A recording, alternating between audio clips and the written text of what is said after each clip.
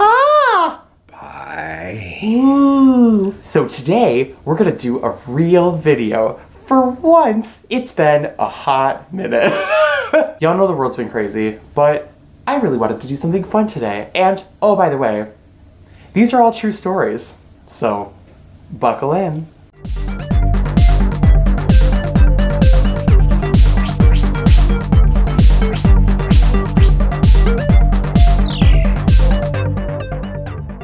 Hi everybody, what's going on? Welcome back to my couch, where sometimes we deep dive into our past and share stories that are hilarious, crazy, and scary. I've worked a lot of different jobs in my past. Namely, when I first entered the workforce, I got a lot of jobs in hotels, mostly like the front desk. So I was always talking to people, I was on the phone, I was helping with reservations, helping people check out. You know, if they had complaints, I was fielding those, all that fun stuff. As you might be able to imagine, when your business is people staying in a room in your building for a night, shit can get crazy.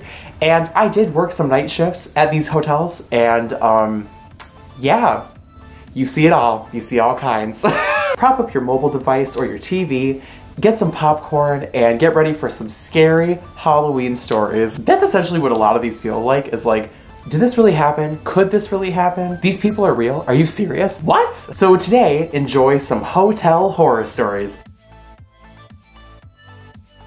At the very first hotel I ever worked at, I worked an evening shift, so I was there until about 11 at night. And there was this lady who parked, basically drove her car into the parking lot, and then just parked in front of like the walkway. So she didn't even park in a parking spot. She just like pulled her car, and then it was like in front of the walkway. And I was just like, well, nobody parks like that. She walked in and she looked like a little upset, a little disheveled, like she'd been through some stuff. So I was like, oh, this feels serious. So she came up to the front desk and she was like, oh, I'm coming from out of town. It's just me and my daughter in the car, and I'm trying to get to another town about an hour from here. But I drove all the way from Arizona to get into Michigan. I've been nonstop driving, and I really just need some gas money to help me get to the next town over. Yeah, we've been driving like over 3,000 miles. And then when she said that, I knew that her story was bullshit. As a child, I owned a little device called a leap pad. For those of you who don't know what a leap pad is, you basically like plug specific books into it and it makes it like an interactive reading thing. You had like a stylus, you could tap on stuff and it would tell you things. But in this book that I had with the leap pad, there was a map of the United States. And I know from experience that if you measure the distance from corner to corner, that is 3,000 miles. So there's no way she drove from Arizona to the town I was in and drove over 3,000 miles. We were talking back and forth a little bit, and I said, well, you know, I've been robbed before, I don't carry cash, I'm really sorry, but I can't help you. And she said, okay, thanks. And she left. But then I called every hotel that was by my hotel. And I warned those people, hey, you might have a lady coming around for gas money. And it wasn't like I wanted to stop people from being charitable if they wanted to help her out, but just the way the situation presented itself to me, it felt like she was trying to scam people. Apparently, she went to the hotel across the street from mine because 5 minutes after I got off the phone with that front desk representative, she called me back and she said, hey. And I said, hey. And she said, so you may not know this, but we have bodyguards at this hotel. So I had my bodyguard stand by the front desk after your phone call. The lady shows up 5 minutes later. As soon as she sees there's a bodyguard next to the desk, she did a quick 180 and walked out of the building. I was just like, oh my God, thank you for sharing that story with me. For these next few stories, there was a period in my life where I worked at a hotel and I specifically worked the night audit. So it's a third shift position. Normally it's 11 or 12 at night and it usually runs until 7 or 8 in the morning. So being that it's a third shift position, as you might be able to imagine, generally it's super quiet, you don't see a lot of people, but the people that you do see can be, you know, crazy because it's overnight.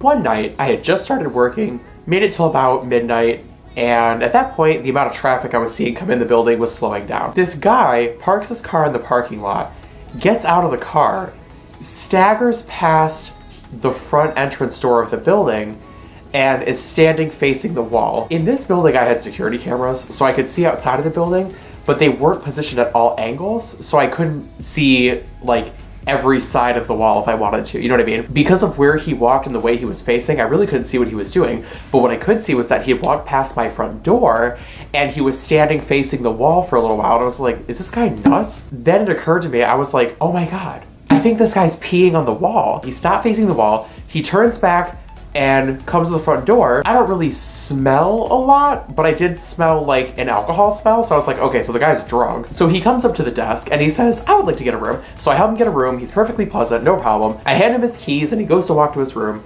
And then I went to check the wall because I was like, this guy peed on the wall for sure.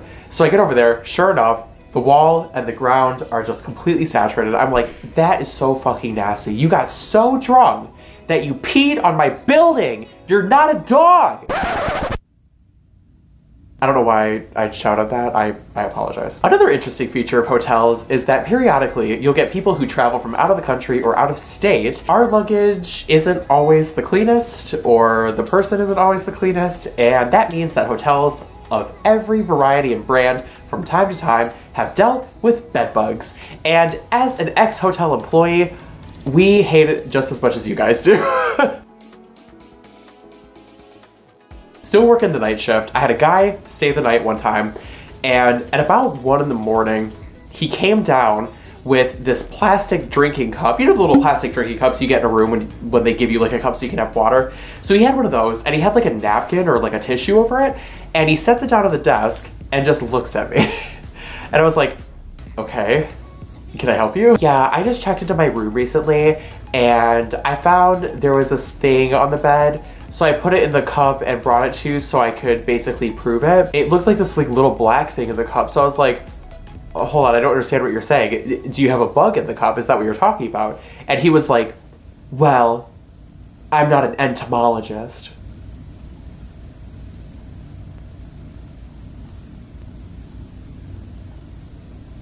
This motherfucker. I'm not really interested in your resume. I just want you to tell me what's going on and stop making it dramatic. Like, I am here to help you. I'm not gonna play the whole song and dance though. You're not an entomologist, but you're certainly not a stand-up comedian either. I did feel really bad though, because obviously like you never want to hear somebody say, oh, there was a bug in my bed. I mean, as a hotel employee, you never want to hear that, right? But he just like had this like really witty retort for no reason about not being an entomologist.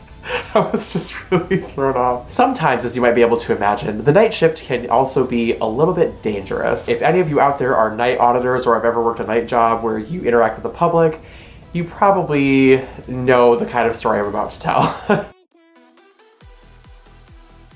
This one time, I had a guy who drove trucks for a living call and ask about whether we had rooms available for the night or not. So I was, you know, talking him through what we had and what our rates were gonna be, and he was like, okay, cool. So set him up with a room, he comes and checks in, he gets to his room. I don't hear from him for like 2 hours, so no problem, right? He calls the desk and he's like, hey, so I've tried Googling this stuff, but I really can't find what I'm looking for. Do you know if in the area there are any 24/7 massage therapists? 24/7 massage therapists. I was a little thrown off because I had literally like never heard of a position like that before. I was also kind of young, so just keep in mind, you all know what a 24/7 massage therapist is. I did not. I was thinking this man was really trying to find somebody because he sits in a truck all day, maybe his back is fucked up, you know what I mean? Like, I was really trying to give him the benefit of the doubt, you know? I was like, yeah, I don't think we have anything like that, so sorry. He was like, okay, no problem. Maybe like half an hour to another hour later, he called back and said, hey, there's something wrong with my air conditioning. Can you help me out? I was like, okay, sure. Mind you, it is completely unsafe to do what I'm about to tell you that I did. Never go somewhere with somebody you don't trust in a locked room by yourself. Okay, great, thanks. Disclaimer aside, I was dumb and I went up to his room because I was gonna go try to help him. So I get to his room, the machine is situated in the wall right next to the door. So I say, hey, I'm gonna take a look at your heater or your air conditioning. So I go to look at the machine and I'm looking around, I'm like, huh, that's weird. And I noticed that it was unplugged. And I said, oh, okay, so it looks like it's just unplugged. So I bent over to pick up the plug and plug it back into the wall, and this motherfucker touched my ass. He played me the whole time, and like, you all knew where this was going.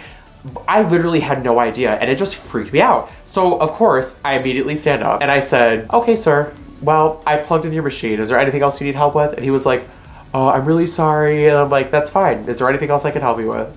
And I was just like completely shutting him down. I was like, quit telling me the whole story. I don't want anyone to hear it. He was like, no. And I was like, okay, thanks. Call me if you need anything. And then I walked out. Oh my God. Like, what?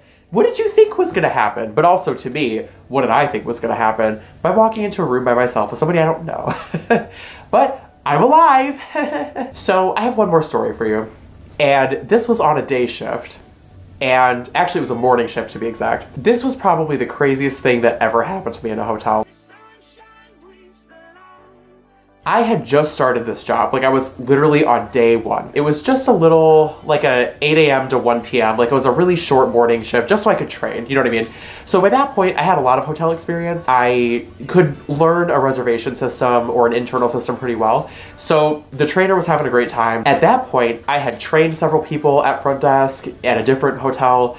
I had worked night shifts, so I was used to being in charge. These people come to the front desk, getting ready to check out, and they're mad because housekeeping is telling them they smoked in their room. And I said, okay, well, yeah, I mean, I can understand why that would frustrate you. So let me take a look at the room and I'll come back, we'll talk about what happened and go from there. I go to their room. The minute I walk in, it just fucking reeks of smoke. Now, in all fairness, again, this was my first day on the job at this hotel, so I didn't yet know if the housekeepers just did a shitty job or not. We were on the ground floor, so it's not like the smoke came up from somebody else's room. In all fairness, I didn't know anything about the ventilation system, so maybe it could have come from a neighboring room. However, I walked in and the entire room reeked of smoke. I talked to housekeeping and they said they found cigarette burns in the room, they found ashes, and I was like, fine, you know what? You smoked in the room, no problem. Go back to the desk. I'm talking to the two people. The woman is the one kind of running the conversation from their side, so I'm talking to her. And I said, okay, so I did go to your room. You know, we did find evidence of smoke damage in the room, which wasn't there prior to your stay. So we do have to assess you a smoking fee. It's gonna be this much, and you know, just please don't smoke in our rooms again. You know, I was trying to be really nice about it and just tell them this is what's up, you know. But she was like really fucking unhappy about it. So she starts shouting and saying crazy things. And it was a long time ago, so I don't really remember like what she said. What I do remember, because this motherfucker was crazy, is she like turned her body a little bit so that her right leg was kind of like out more than her left leg. For some reason I was looking at her waistline because what I saw in the outline of her pants and her shirt was a fucking gun. So this person was literally posturing so I could see their fucking firearm in their clothes. And I was like, I literally have so much other shit I need to do in this life. And one of those things is not to be killed by you on day one of a job at clearly a circus of a hotel. We're going back and forth because I'm saying, you're gonna pay the smoking fee. And she's like, no, I'm not, blah, blah, blah. And at that time, the general manager of the hotel walks in through the front door. Now, what I heard later about this person was that he literally was gone from the hotel every day when they were checking people out, which tells you probably everything you need to know about that hotel. He comes right in, and we all talk in the back. We're like, this is what happened. And then he walks out to the front desk, refunds her smoking fee, says, I'm really sorry for the trouble, blah, blah, blah.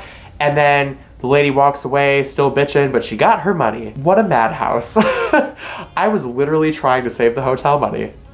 And, well, so much for that. Now, some of you might be asking, why are the smoking fees at hotels really high? I've worked at a lot of different hotels. Normally, they range at minimum $150 to about a maximum of $250. And, of course, it doesn't always take that much money to clean smoke damage from a room. But the thing is that largely why hotels charge such a high fee is just to have a big number somewhere to scare people so that they don't smoke in the rooms. It's meant more to discourage people from smoking than it is to say, like, this is how much we need to clean up the room. Even though sometimes they really do, depending on the amount of smoke damage. So it was just like, oh my God, I'm really trying to save the hotel money. But the GM was like, nah, we'll just give her money. And she had a fucking gun, and I was like, I can't do this anymore. That's day one? Somebody has a gun? Hell no, I'm trying to live. And then I quit. Girl, bye, get out, get out, get out. Definitely one of my favorite skill sets that I've obtained from a hotel is learning how to fold towels. But as you can see, it's not always sunshine and rainbows. It's there's definitely some crazy shit going on at hotels. In the comments below, let me know about one of your experiences that you've had that was crazy when you worked in customer service. If I get enough responses, I may share your guys' stories for a video, because that would be kind of fun. Maybe I'll do like dramatic readings or something, I don't know. As usual, if there's anything you want to see me do in a future video, be sure to let me know in the comments below. Click like and subscribe for more crazy Fox content, because we love to giggle. Well, that's all for now. Thanks for watching, and we'll see you guys in a future installment of Velveeta Shells and Cheese and hopefully some giggles.